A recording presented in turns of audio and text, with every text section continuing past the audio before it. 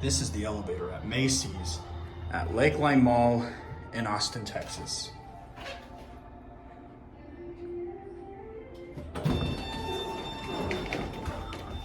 Oh wow, they fixed the indicator. Let's go to 2. Door close button works.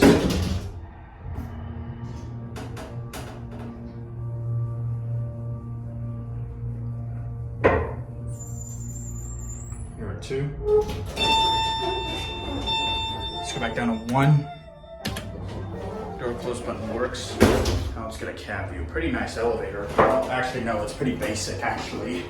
But I think the fact that it's a Montgomery Vector is nice because those are pretty rare and you don't really see those anymore.